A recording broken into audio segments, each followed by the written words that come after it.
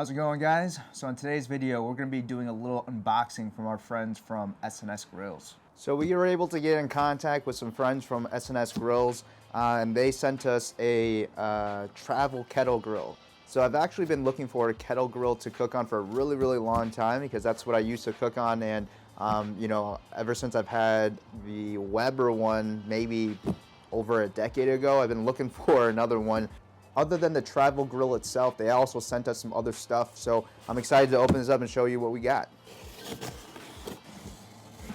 All right, guys, so there's a lot to unpack here and a lot that they gave me. So we're gonna just kind of go through, you know, everything piece by piece, but I wanna get all the other, you know, little treats and stuff that they sent us out of the way first. First, they sent us this SnS wireless food thermometer. And I heard some really cool things on the bottom right here. I don't know if you can read that. It says it has like a 500-foot range. It also comes with this really nice carrying case for their thermometers and stuff like that. It's got a couple pockets in there. Super nice because I won't lie to you, I've lost a lot of thermometers just because I misplaced them. So this will come in handy. Speaking of which, of things that I do lose quite often are instant read thermometers. I do have one, but you know, it's always nice to have one kind of just in case you lose the other one or it breaks. So awesome.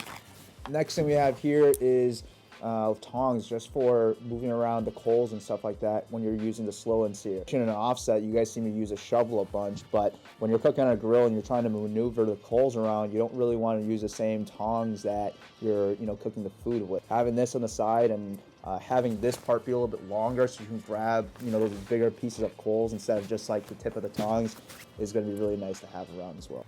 Next, we got these awesome heat gloves. When I'm cooking on my offset, I don't really have to worry about things getting extremely hot. When you're cooking more direct heat, especially things that are a lot hotter, these kind of gloves definitely come in handy.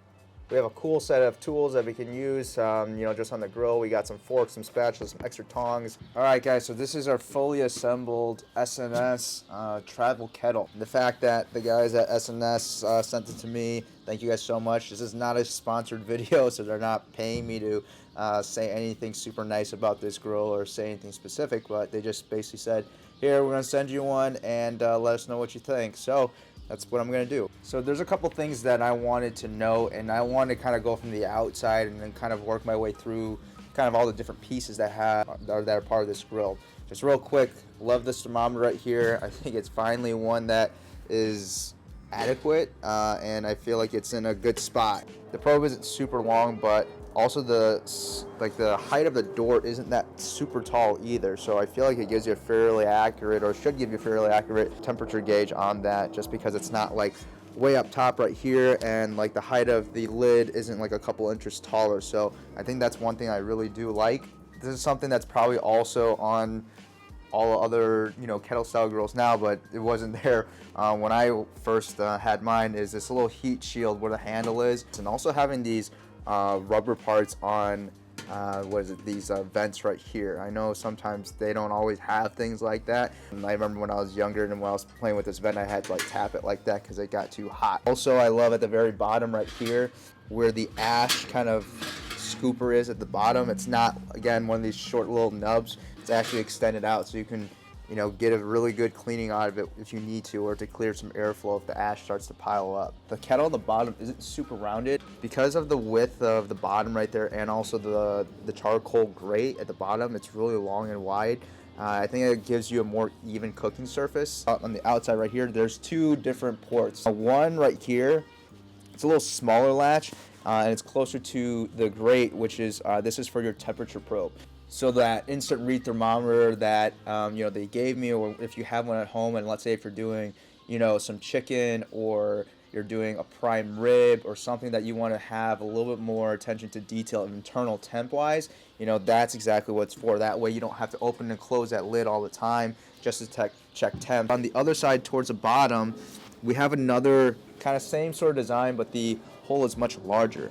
Now, this hole right here is meant to get a little bit more airflow. So if we're doing a low and slow cook and we need a little bit more air, we can open up, again, we can open the top vents, the bottom vents where the ashes are, but also, you know, open up that hole and just kind of manage that temperature, leaving it halfway open or opening it all the way. We can regulate it a little bit better.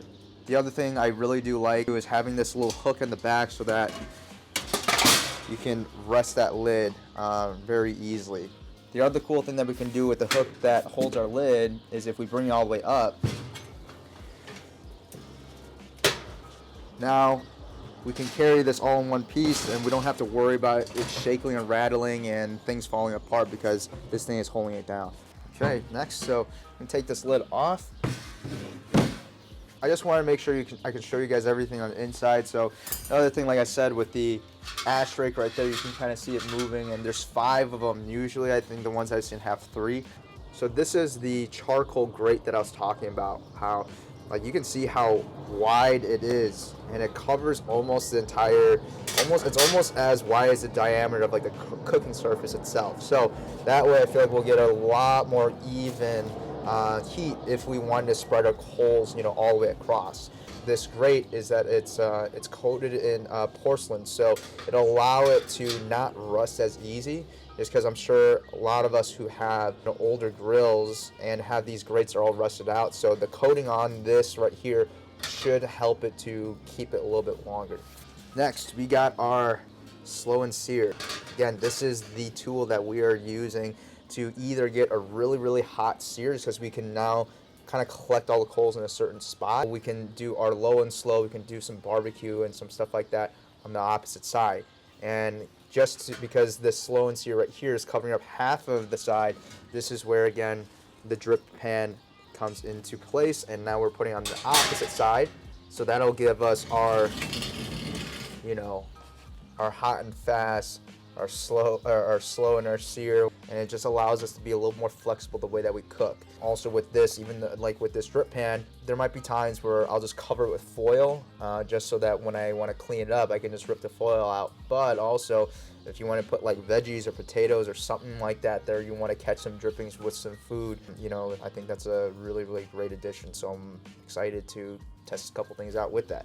Next, we got this stainless steel, really durable cooking grate right here. I'm not gonna lie, I don't really know all the different gauges for like stainless steel and all that kind of stuff, but in terms of like design wise, I love this because I know that they call this like an easy spin, so that like you can sear here and then flip it like that, so now you have a cooler spot. I haven't really used that technique before, but I'm interested to try it out. The one thing that I really do like a lot about this grate though is that this also has that hinge right here where you can now add coals onto this side right here without having to take this entire grate out and then put it in. It should be really nice and easy just to flip up, you know, refuel, and then close it and keep it going. This is one thing I've always kind of wanted and I've never been able to have. Alright guys, so that's the end of this video. Again, I just want to give a huge shout out to SnS Grills for sending me all that cool stuff and, you know, all the different things that we're going to be able to do with that, you know, especially right now in Chicago, since it's going to be really cold for at least the next month and a half or so. I think it's nice to have an alternative to, instead of just firing up the offset and having these low and slow cooks when it's really cold outside. So I'm excited to show you guys some, you know, barbecue stuff. So if you do have like Weber's or Weber Smoky Mountains or Kamados at home, you know, I could replicate that style of cooking a lot better with this travel kettle now. If you have a Weber at home and you maybe just want to try the slow and sear, they do sell that separately as well. And I'm gonna leave the link to the website down below in the description so that if you're interested, you can go and check that out. It's really cold right now, so I'm gonna head inside, but make sure you guys like, subscribe, share this video with your friends, and then I'll see you guys in the next one.